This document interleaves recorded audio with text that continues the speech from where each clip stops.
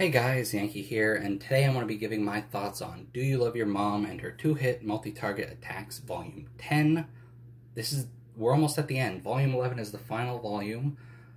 So what you would expect in a penultimate volume like this is, like, set up the big bad, get like a nice 2-volume arc here, wrap everything up, a nice big finale.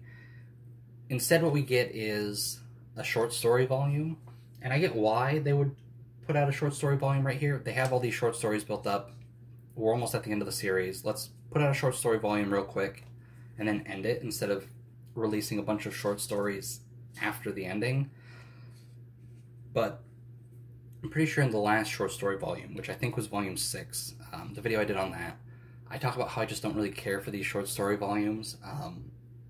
The only other series I've really read short story volumes is in Invaders of the Rokujoma. And they just sort of, like, they're fine. They're just fluff, though, and they don't really add anything.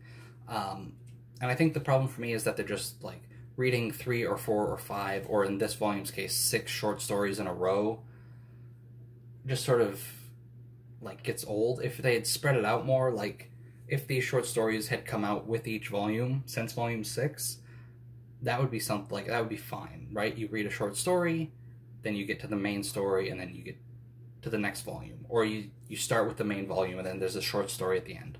That would be cool, but just having like 4 or 5 short stories in a row that don't really add much, and they're just sort of fluff, like, I don't know, it just sort of, I can't get as invested in that as I can just a regular volume. Now, something that this series does, and Invaders of the Rokujoma does, which I assume other light novels will do this as well once I start reading some more, is, like, we get a few short stories that were in either online or in a magazine, and then you get a short story made specifically for this, which sort of adds to what's been happening. So we'll get to that when we, like, get towards the end of this volume when I talk about that. I'm going to go through sort of all the stories here. That again, there's 6. They're not, for the most part, they're not that interesting. The final one is setting up the next volume, like what I would have wanted this whole volume to be, but we'll talk about that. So first, the prologue. It's just basically, I think Shirase is there. It's just people working on the game, basically sitting down and saying, we're almost ready to launch this. Everything's good to go. Mamaco and Masato have been really strong test players for us. They've really helped us move this along. And then there's a man that we don't know who sees pictures of them, and he sort of freaks out. I wonder who that could be. We'll find out towards the end of the volume. The first short story is Mamaco, Masato, and everyone stumble upon another mother-daughter pair of players who are, what are they? They're cooks or chefs. I forget exactly what their class was called, but they basically have 2 competing restaurants opened up.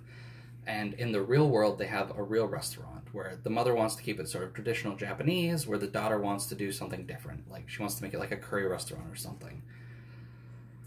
And so they're just sort of competing to see which restaurant this restaurant reviewer prefers. And it's okay. One thing I like about this story is we actually see more players, because this is supposed to be an MMO, right? Where parents and kids, mothers and kids sort of get closer. We don't see a lot of actual players. We have, like, our main cast. So we have Mamaco and Masato, obviously, Wise, Medi, Porta, and their moms were in there.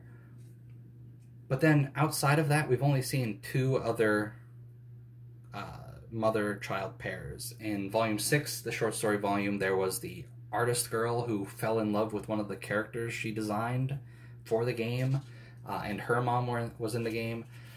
And now this, the 2 cooks. So that's nice. It's an MMO. There should be more players, even if it is in beta. So that's nice. It's nice to see more human players in this. But that story was just sort of whatever. Oh boy, the next story. The sort of body swap episode. Of course, we need that. So Masato and Mamaco sort of swap bodies. And for some reason, Masato decides, alright, we're just going to pretend that we haven't swapped bodies, but they're making fools of themselves. Mamaco and Masato are just sort of stumbling over everything, and they keep slipping up, and it's like, nobody's gonna believe this. Like, I get he didn't want to tell people because he was afraid that, like, Wise and them would make fun of him for it, which of course they would. But now it's just worse. You've made it worse. All you have to do is say, oh, this item that Shirase brought broke, and now we're stuck in these bodies. And they laugh, but that's it. And he just made a fool of himself. So that story was whatever. Third story here. I have notes. I have very hastily thrown together notes, and I just call this story Day Off. And that's what it is. And basically, Shirase needs a day off, so she shuts down basically being able to take quests. Monsters are gone, and you can't really do anything.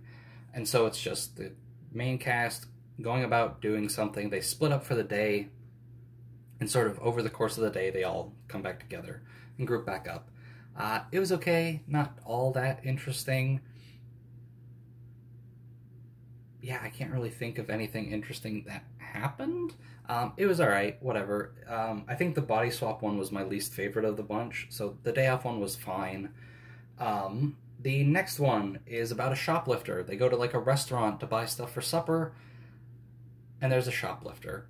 And we help try and catch them. And eventually we do, and it's like, oh, here was this woman, and here's her son that's shoplifting, and she was a thief. He wants to be a thief like her.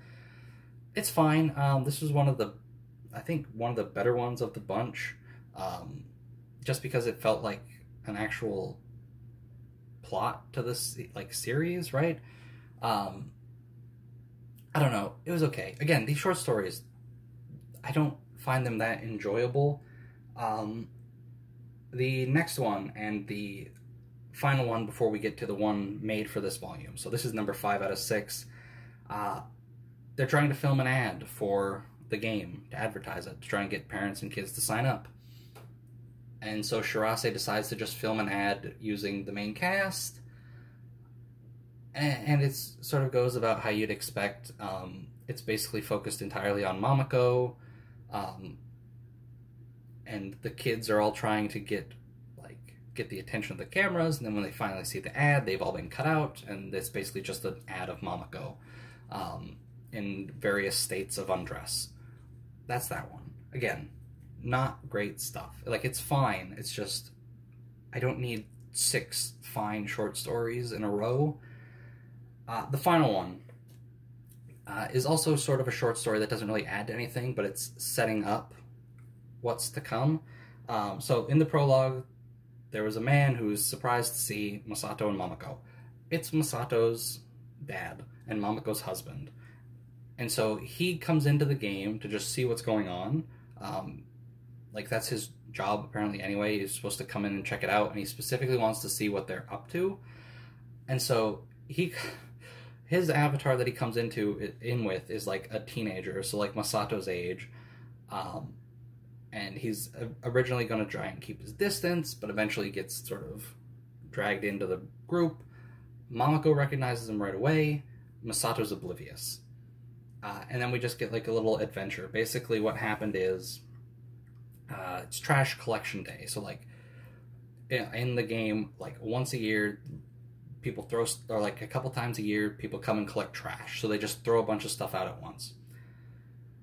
And so like, the kids are upset that their toys and stuff have been thrown out by their mothers, and then those toys get like evil spirits that are attacking the city.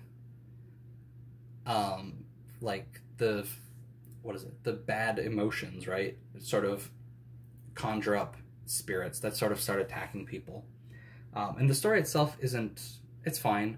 That's where we see Mamaco in this outfit. I forget exactly how, like, what she does, but she basically gets like this goddess-like dress, and like, I don't know what that would be called, like a shawl maybe, and that's fun. And seeing first of all, getting to see Masato's father finally, learning a bit about him is interesting.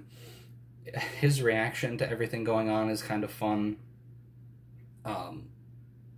So, like, I find him interesting, and I'm glad that he finally showed up. But that's basically what I like most about that story. The actual story itself is, again, just fine. But Masato's dad sort of finally showing up is fun. I think his name was, like, Hayato, I think. I don't remember. I didn't write that down. In the game, he was called Hawk. So that's it. That's all the short stories. We get a little epilogue where it sets up Masato's father is going to be the Demon Lord, it seems like, where Hawk is just like a swordsman, and then at the end we see that sword sort of transform into the Demon Lord sword.